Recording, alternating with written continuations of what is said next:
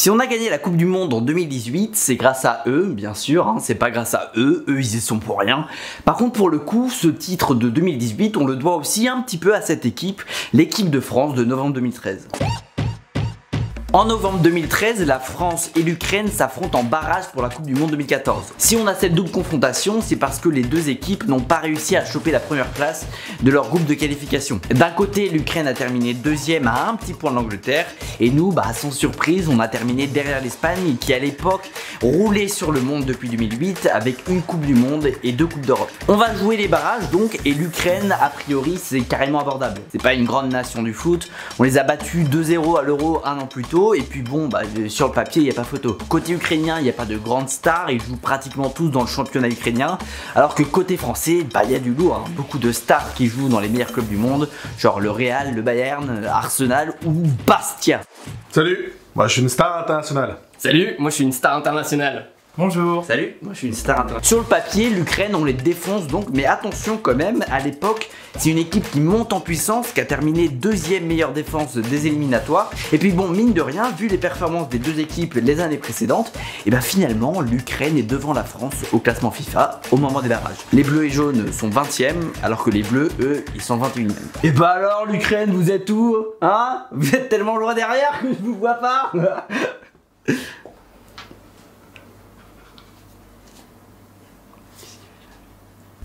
Nous au classement FIFA on est 21e parce que à l'époque on sort d'une période plutôt délicate. On passe pas les poules à l'Euro en 2008, on passe pas les poules au Mondial en 2010 et on est à peine plus convaincant à l'Euro en 2012 où on se fait sortir juste après les poules. Et comme si ça suffisait pas, dans cette période, en plus d'être nul sur le terrain, on est aussi nul à chier en dehors du terrain et les Bleus font polémique tous les 3 jours entre leur manque de motivation, leurs déclarations très limites, l'affaire Anelka et la grève de Naïsna en 2010 ou encore l'affaire Zaya. Les gars, qui a baisé Zaya?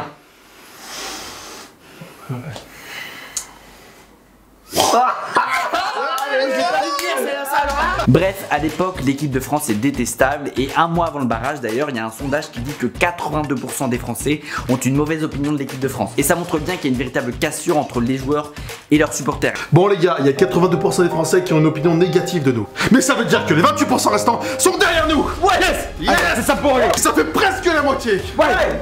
Voilà pour le contexte, donc on est nul et les Français sont plus trop derrière les Bleus, donc finalement il n'y a pas de quoi arriver trop confiant dans ce barrage contre l'Ukraine. Après quand même le fond du gouffre on l'a atteint en 2010 et là depuis 2010, depuis 3 ans il y a quand même un début de reconstruction avec Laurent Blanc entre 2010 et 2012 et puis avec l'arrivée de Deschamps en 2012 on est sur une tendance plutôt positive.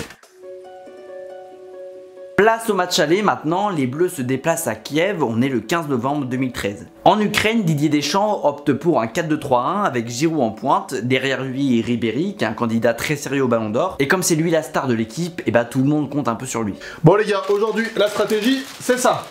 Voilà. Des questions? Oui Franck. Et écrit quoi là? Écrit quoi?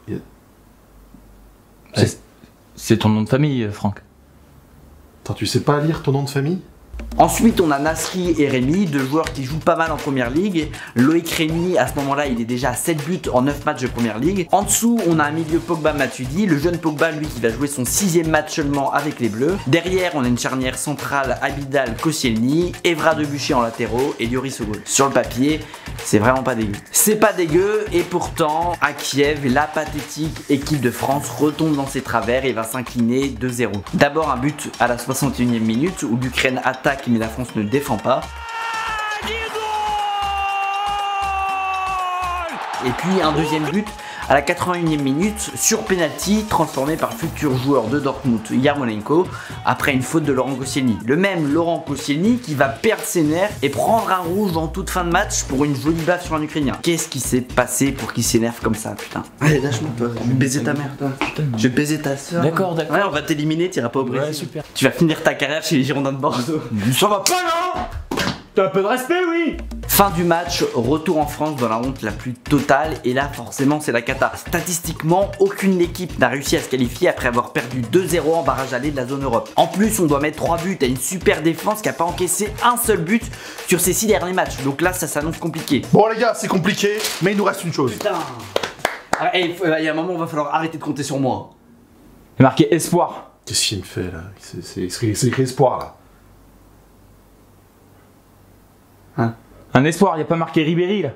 Et dans ces conditions, c'est compliqué d'être optimiste pour la suite et pour le match retour, il y en a pas mal qui se désolidarisent de l'équipe de France. Il faudra avoir la motivation de l'équipe, mais moi j'y crois pas. Hein. C'est vrai. Je suis peut-être négatif, mais Je pense que on peut peut-être égaliser, mais je pense pas qu'ils vont gagner, quoi. Je pense que c'est fichu pour nous déjà. J'espère qu'ils ont une chance, mais j'ai l'impression que les pauvres, ils vont perdre encore une fois. Alors il y a pas mal de Français qui n'y croient plus, c'est vrai que les Bleus ont raté le match aller, mais qui dit match aller dit match retour, et avec ça, l'équipe de France a droit à une deuxième chance qu'on va leur accorder. Même si bon, là c'est plus qu'une deuxième chance parce que ça fait 6-7 ans qu'on leur en laisse des dernières chances. Là c'est la 15, 16, 17, 20e chance. Dans la vie, on a tous le droit à une deuxième chance. Je t'en ai laissé 15. Pourquoi tu ne me laisses pas une 16e chance? Donc allez, on laisse une dernière chance aux Bleus et derrière l'équipe de France se forme une sorte d'union sacrée. Ça veut dire qu'en gros, on fait qu'un avec l'équipe de France pour lui donner de la force. On oublie nos querelles pour faciliter les choses et on se montre optimiste même si au fond on n'y croit pas vraiment. 19 novembre 2013, 4 jours après le match aller, c'est au tour de l'équipe de France de recevoir au Stade de France devant près de 80 000 supporters. 80 000 supporters qui, malgré les circonstances, vont pousser les Bleus à fond pendant toute la rencontre avec un seul credo: impossible n'est pas français. Bon les gars, impossible n'est pas français, hein. Ouais, allez les gars, allez. Ce qui est totalement con comme credo parce que impossible c'est totalement français. Adjectif qui ne peut être reproduit. À la limite, Spitalou c'est pas français. Mais je suis d'accord que Spitalou ça peut être un peu moins quand même. Bon les gars, Spitayou n'est pas français, hein. Oui, c'est vrai. C'est vrai. Ouais. Saracas non plus. Non plus. Non, c'est vrai. Ouais, mais moi j'ai fait ce constat la semaine dernière et je me suis dit, tiens, Spitayou. Bon, on va jouer, les gars. Autoroute n'est pas français aussi. Si, ça Franck, c'est français.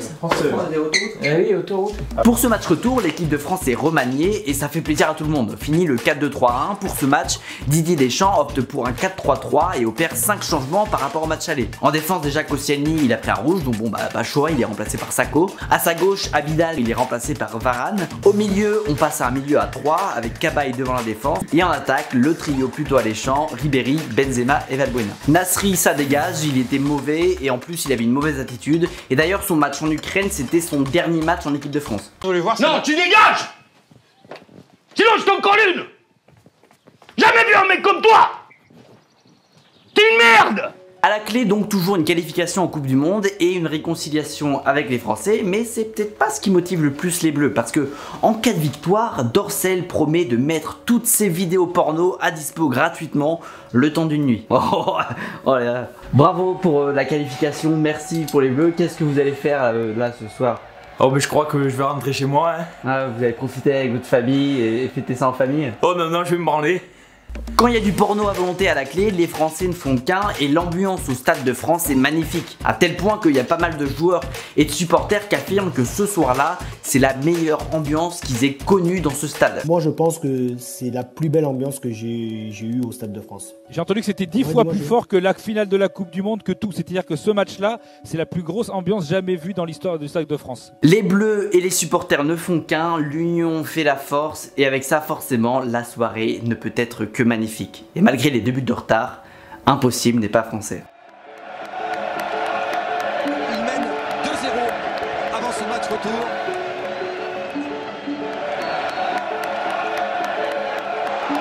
Benzema, deuxième poteau. La frappe à la terre. Valbuena. La tête au-dessus. Oh là là, Pogba encore au sol. Alors qu'il y a une tête côté français.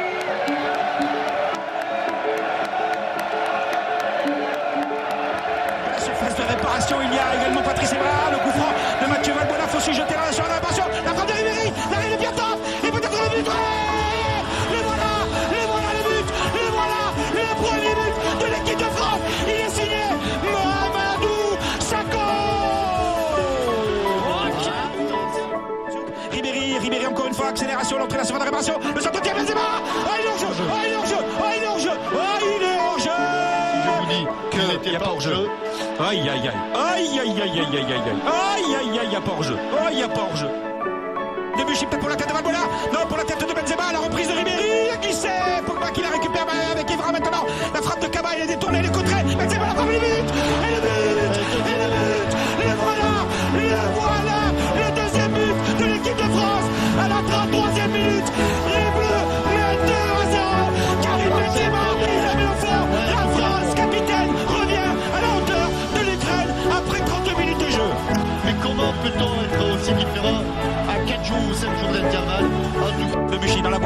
la boîte dans la surface de réparation. Pour trouver qui? Pour trouver peut-être la tête de la part de Sako. On se gêne un peu. Varane, la frappe viendra.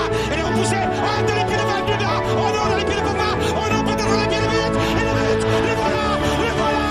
Le but de Sako. Le but de Sako sur la frappe de Ribéry.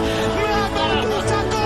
Mamadou Sako. Il a mis le but. Je sais pas comment il a mis. Loris, c'est fini. La France est au Brésil. Il l'a fait. Bravo Didier Deschamps. Bravo à toute l'équipe de France.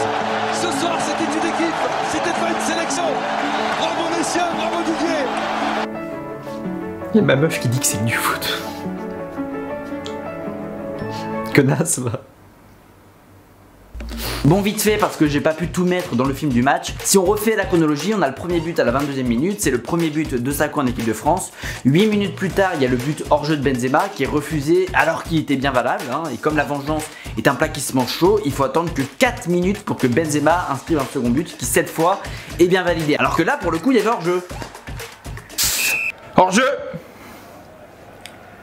Ah non, pas hors jeu. Excuse-moi, il y a hors jeu ou il n'y a pas hors jeu du coup? Ah, il y a hors jeu. Non. Hors jeu. Pas hors jeu. Ah bon, bah là c'est sûr, il y a hors jeu. Qu'est-ce qu'il fait? Hors jeu. Pas hors jeu. Ah bon, bah là c'est sûr, il y a hors jeu. Il n'y a pas hors jeu. Il n'y a pas hors jeu. Si, il y a hors jeu.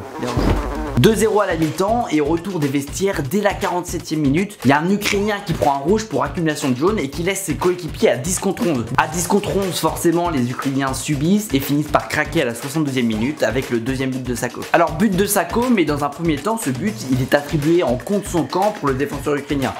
Oh la joie derrière. Et non, c'est contre son camp, c'est contre son camp, c'est contre son camp, c'est pas du tout Mamadou Sako, je pensais qu'il avait touché du genou, c'est Goussef. Mais en fait, Sako, il l'a bien mise du genou. Et ça, on peut effectivement le constater sur un autre angle, donc le but, il lui a finalement été attribué. Et petite anecdote, en célébrant son but, Sako s'apprête à retirer son maillot, mais il se ravise finalement en se rappelant qu'il a déjà un carton jaune. Et donc, il y a un risque d'en prendre un deuxième s'il se retrouve torse nu. J'ai jamais compris pourquoi on n'avait pas le droit d'enlever son maillot, je vois pas... où est le problème? Moi je le fais à chaque fois. Non mais ça va pas là, c'est complètement dégueulasse. 3-0 et on en restera là, l'arbitre siffle la fin du match, les Bleus vont au Brésil et l'ambiance de fin de match au Stade de France elle est exceptionnelle. Ça chante, ça danse, grosse communion avec les supporters, on entonne la Marseillaise, c'est merveilleux, c'est magnifique, c'est fantastique et tout ça, ça ressemble à une réconciliation entre les Bleus et leurs supporters. Il y a même Karim Benzema au micro de Fred Calange qui aura un message fort pour tous les Français. On est content de le voir avec le sourire. Regardez, c'est Karim qui regarde le micro. Et Karim Benzema. Les Bleus iront au Brésil, donc la qualification ils l'ont eu, mais ce soir-là ils ont gagné bien plus qu'une qualification. Parce que ce soir du 19 novembre 2013, c'est le début d'une nouvelle ère chez les Bleus qui va mettre fin à plusieurs années terribles et marquer le retour progressif du football français parmi les grandes nations du ballon rond, comme on peut le voir au classement FIFA. Et ce renouveau, c'est quelque chose qu'a bien senti Hugo Lloris et en 2019 il déclare: pour moi, il y a un avant et un après France-Ukraine au sein de l'équipe de France, mais aussi dans notre relation avec les supporters. Une nouvelle équipe de France est née ce soir-là, donc une équipe qui gagnera la Coupe du Monde 5 ans plus tard. Et aujourd'hui, la question mérite d'être posée: est-ce que les Bleus auraient soulevé la Coupe du Monde en 2018 si on avait perdu contre l'Ukraine?